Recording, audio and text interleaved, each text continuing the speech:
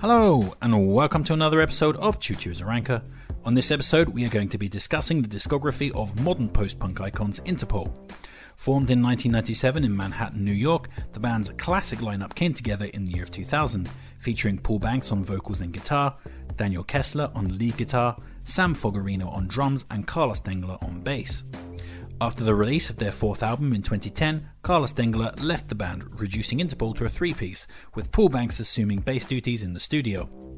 And Interpol are well renowned for almost single-handedly reviving post-punk, a genre that had lay dormant since the late 80s.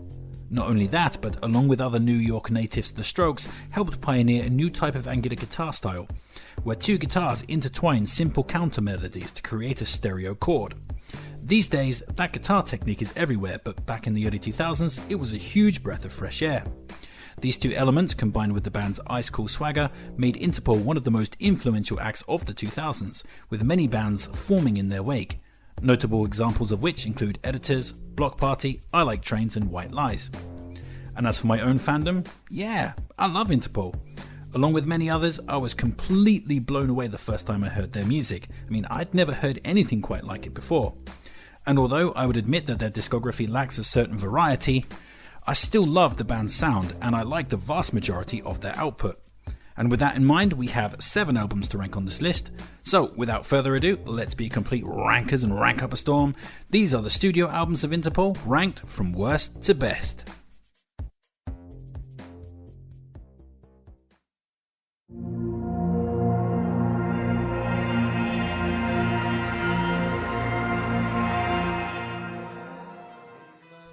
So we're going to be kicking off this list with Pinter from 2014, which was the band's 5th LP, and immediately I will be getting sideways looks from fellow Interpol fans, as this is one of the band's most critically acclaimed albums. But to be honest, I've never quite understood why this LP was singled out over all the others for lashings of praise. To me, this is clearly the band's weakest effort. More on the whys in a moment, but first a little setup. So this is the album that comes after Carlos Dengler left the band. He'd come to feel that being the bassist of Interpol was his job rather than something he was actually passionate about, and felt that he was missing more interesting opportunities. And, who can blame him? We only have one life, and bass wasn't even his first pick of instrument. His first priority is actually guitars, but he took the bass gig because that's what was available at the time. So in his absence, Paul Banks picked up the bass, and his more straight-ahead stylings pushed the band in a more overtly rocking direction. Tracks like My Desire and Anywhere are about as ferocious as Interpol ever got, and lead single All the Rage Back Home also pulsates with a relentless energy after its atmospheric intro. They're all just fantastic tracks. Another highlight is the stuttering Loge guitars of My Blue Supreme, whilst my favourite of this, Same Town New Story, builds upon the repetitive riffing guitar style that Daniel Kessler put together on the band's previous self-titled LP. And the track just thrums with a cool, sleazy energy. I absolutely love it. The way it dips and builds up as Paul Banks croons, "Wide-eyed, venture so slowly." It's just so fucking cool. But alas, all these great tunes are on the first half of the record, which is where the rub lies, because there's just nothing saved for the back 9 here. Sadly, the second half of the album sees the band stepping into autopilot mode in the least interesting way. The last 3 tracks in particular really let the side down. Ancient Ways doesn't have strong enough hooks to justify its bluster, Tidal Wave is a really bland semi-ballad that's just kinda boring, and Closer Twice as Hard is completely unmemorable and anticlimactic. So yeah, I don't hate this record. In fact, its best tracks are amazing and still entice me back for the odd spin, but the lopsided nature of the LP definitely makes this the least satisfying Interpol album experience, at least as far as I'm concerned.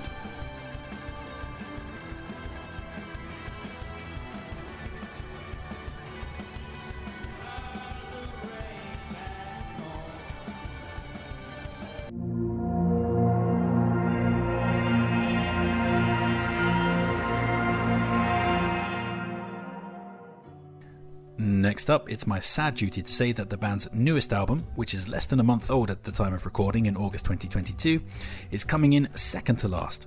Of course, the record is titled The Other Side of Make Believe and was recorded during the pandemic, with some songs being developed remotely. And as for a general style, this sees the band making the most ballad-stocked album of their career thus far. This is definitely leaning more heavily into the realm of emotively sad songcraft, which is something I'm all for if done right. And this album does get it right for a good portion of its runtime. And on that note, it's pertinent to mention that I like this album significantly more than Pinter. There's a pretty big jump up between last place and second to last on this list. And from this point on, these are albums that I love. I mean, some of them might have faults or blemishes, but we're on really solid footing as far as I'm concerned. It's 4 stars or above from here on in. And after such a vote of confidence, it's only apt that we start with the positives. This is the most subtle Interpol record to date, a fact that I believe will probably leave my own list redundant at some point in the future, as I can tell that this is a grower, which is something that Pinter lacked. That was all about immediacy, whilst this LP is definitely playing the long game. Renegade Heart, for example, initially sounds blustery, but soon the building guitars start revealing layers and it quickly becomes a highlight. Likewise, The Passenger might be mistaken for something too low-key until you really cotton onto the emotion laying underneath the surface. Greenwich, meanwhile, seems entirely inscrutable until its obfuscating off-kilter structure blossoms and reveals its secrets. But not everything needs patience. Opener Tony has a rolling piano line that really lends the track an air of desperation. Fables is a grandstanding ballad with a set of weeping melodies, and Grand Hotel kicks ass late on the LP with its awesome descending guitar riffs. So why does this album rank so low, I hear you cry? Well, I don't really know, to be honest. Maybe Big Shot City and closer Palermo Go Easy step off the gas a little, and a few of the tracks end in a kind of bizarrely sloppy way, either too abrupt or having no fades whatsoever, which is really odd and a fault that anyone with a copy of GarageBand could fix. But ultimately, I think it's just because it's new, and mixing it up with more established records that I really love. As I said, it's a grower, and maybe a year from now things will look completely different, but for now, as much as it pains me and riddles me with uncertainty, it's number 6 for The Other Side of Make-Believe.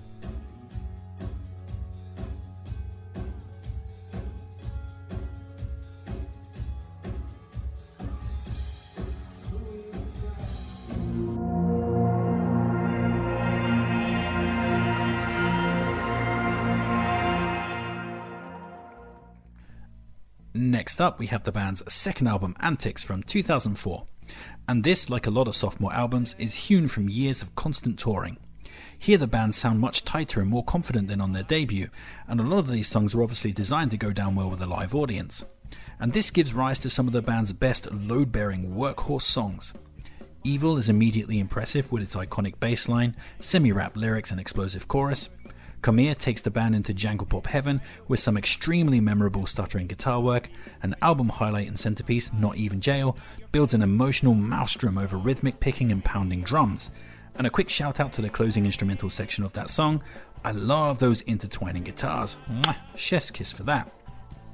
Other highlights include the opening Next Exit with its morose organs, Narc with its simple yet toe-tapping guitar riff, and the brooding gothic darkness of Take You on a Cruise. So, plenty of great material on this, but the workhorse nature of the album does bring an occasional downside too. A lot of the looseness of the debut has been lost here, and the straight-ahead nature of the production irons out any subtleties these tracks might have had. This record is all surface. It's a very pretty, slick surface, but there's just not enough depth here to keep bringing me back. Once you get familiar with these songs, there's just not much more to discover. Added to that, some tracks just don't really get my blood up. Despite being the lead single, Slow Hands doesn't have much to offer besides being a mildly catchy disco jam. Public Pervert tries for the debut's looseness but ends up sounding a bit calculated. And A Time to Be Small is a trudgingly slow closer despite some really cool lyrics.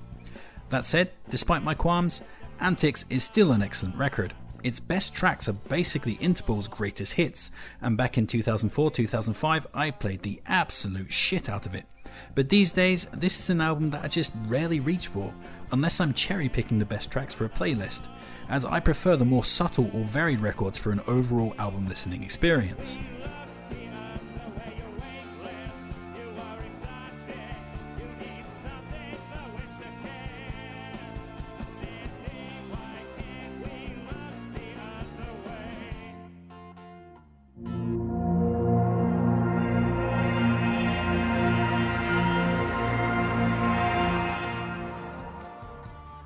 Next up we have Our Love to Admire, which was the band's third album from 2007, and the band's previous album Antics had been pretty successful, so this is the point where the major labels started sniffing around, and Interpol duly upgraded from Matador to Capitol Records.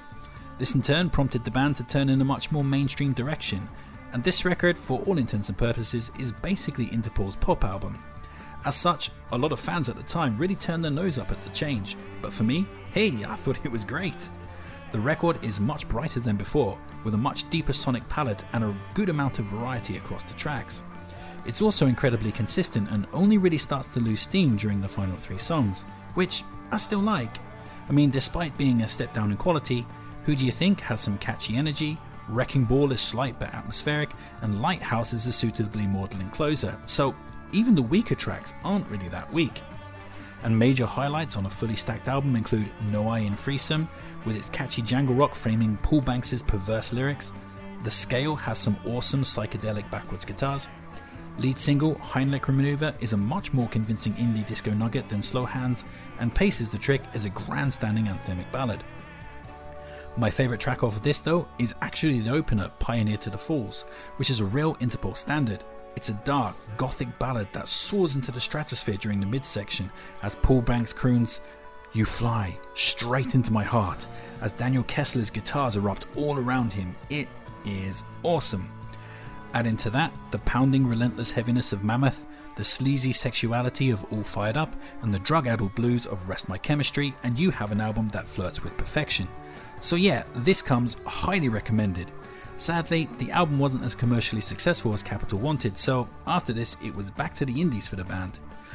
Oh well.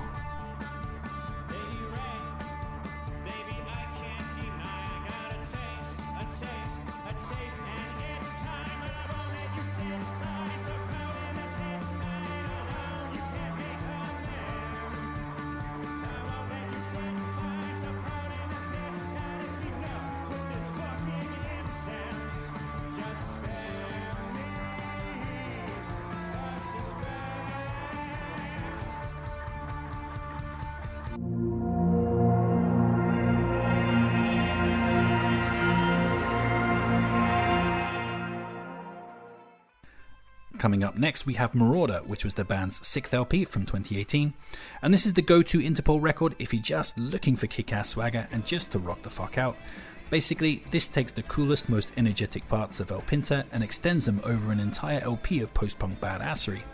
Yet at the same time, it also avoids the pitfalls of Pinter and Antics by having a more subtle production and lengthier instrumental sections. There's just a lot more to keep coming back for on this LP in my opinion. And this record also nails it in terms of consistency. There are just no weak tracks on this. Everything is suitably rocking or atmospheric and every track adds to the whole. Highlights on a pretty flawless album include the super catchy opening ballad, If You Really Love Nothing, the chorus of which will be stuck in your head for days after a couple of spins. Lead single The Rover is again really catchy and has an insistent guitar riff. Complications does the whole rhythmic sexual swagger thing that Interpol does better than any other band in existence, while Flight of Fancy is one of the most thumping rockers the band ever put to tape. My favourite off of this though has to be either the building ballad Stay in Touch or the stuttering awesomeness of Mountain Child. Stay in Touch takes a leaf from the band's self-titled LP and builds up around a basic repeating guitar riff into an emotional storm, while Mountain Child impresses with its pulsating rhythm and soaring instrumental closing section.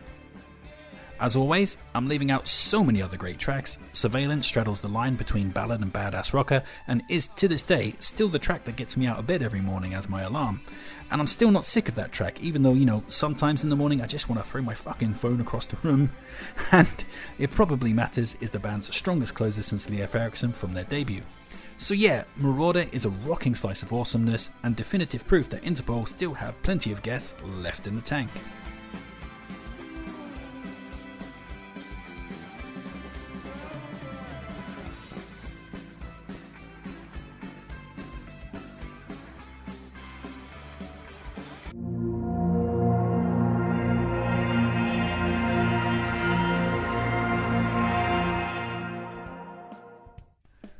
Next up, we have the band's eponymous 4th LP from 2010, and yeah, those that know Interpol well will immediately know that this is a pretty hot take right here, as this is generally the most maligned and neglected album in the band's discography.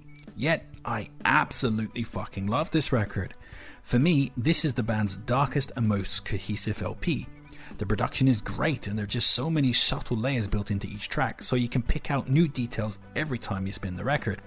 There's also a great streak of experimentalism running through the seams, and this is the album where Interpol take the most risks and change up their formula. And for me, the risks totally pay off, to the point where I would just stick my flag in the sand and say, I just don't know why people are so down on this particular record. It just doesn't make any sense to me. And I love every track on this. Even the weakest track, the mid-album slice of Delophoros piano that is Always Malaise, The Man I Am, adds an extra degree of atmospheric darkness. But all the other tracks on this make for great highlights. Opener Success starts slow but gradually picks up more layers and pace before exploding with a wall of reverb and distortion. Memory Serves is a swelling ballad based on waves of discordant guitar, whilst lead single Barricade starts Daniel Kessler's trend of math rock style micro riffs for a swaggeringly cool centerpiece.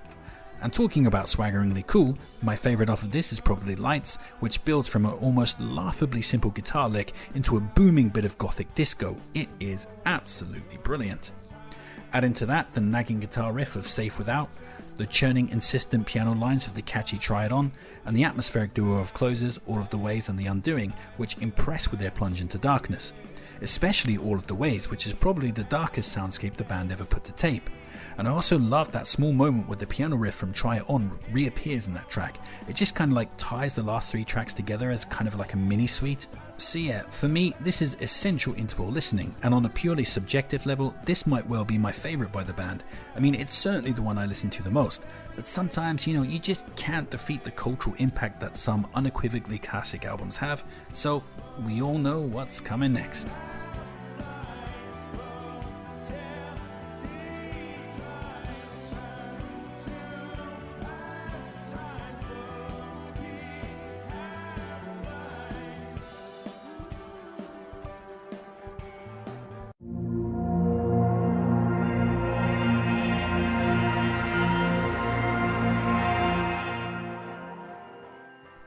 So here we are at the top of the mountain, and the Interpol gold medal is going to go to the band's debut album, Turn on the Bright Lights from 2002.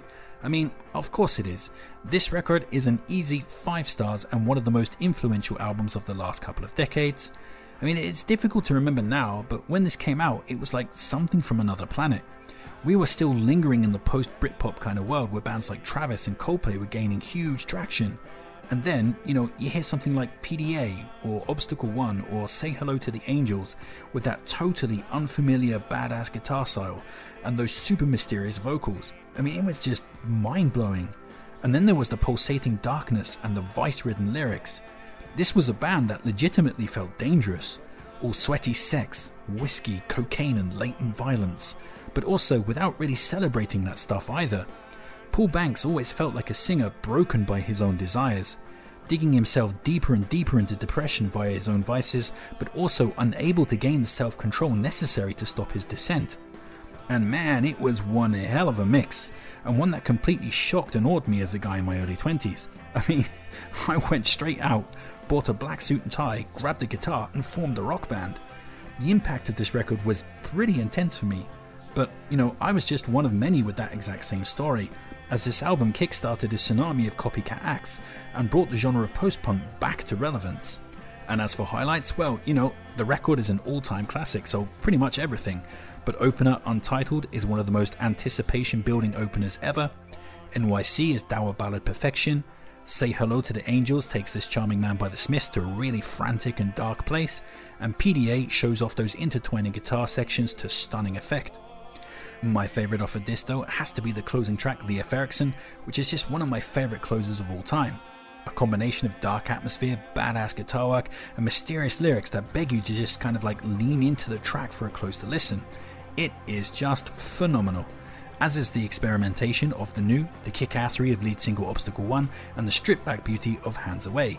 Basically, this is a complete masterpiece, and if you've somehow not heard this, then you absolutely owe it to yourself to do so.